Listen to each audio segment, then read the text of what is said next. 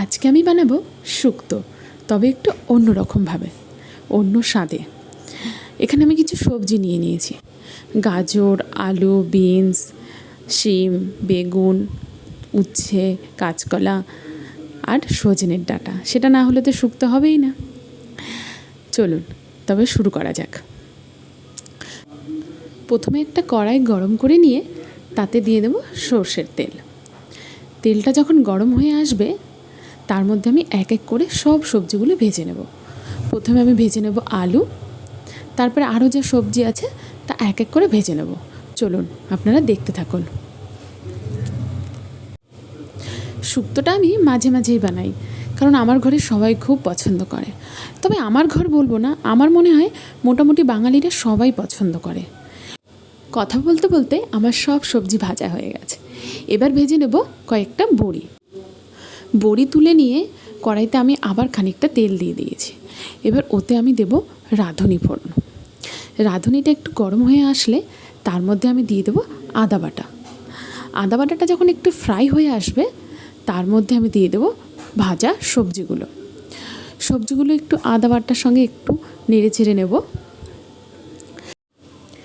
এবার আমি এতে আগেই না বড়িগুলো দিয়ে দেবো, কারণ বড়িগুলো সেদ্ধ হতে একটু টাইম লাগবে। যেহেতু আমার সবজিগুলো সব ভাজা আছে, তাই বড়িটা তাড়াতাড়ি না দিলে সেদ্ধ হবে না। এবার আমি এতে দেবো 1 চামচ মতো নুন আর 1 চামচ মতো হলুদ। হলুদটা অপশনাল, আপনি দিতেও পারেন, নাও দিতে পারেন। হলুদ নুন দেওয়ার পরে আবার একটু আমি নেড়ে চেড়ে নেব। তারপরে এখানে আমি একটা মশলা বানিয়েছি, আপনাদেরকে দেখাই। এর মধ্যে আছে কাজু, চারমগজ আর পোস্ত একসঙ্গে ভিজিয়ে রেখে তারপরে আমি এটা বেটে নিয়েছিলাম।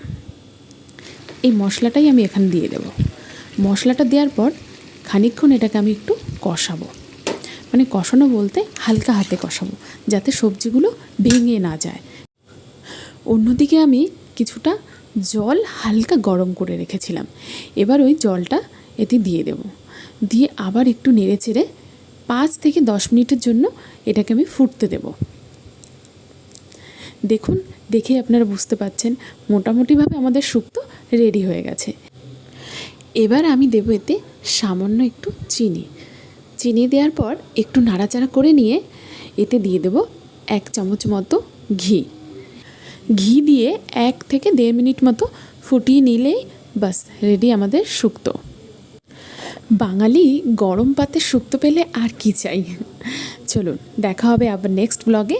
আপনারা ভালো থাকবেন, সুস্থ থাকবেন।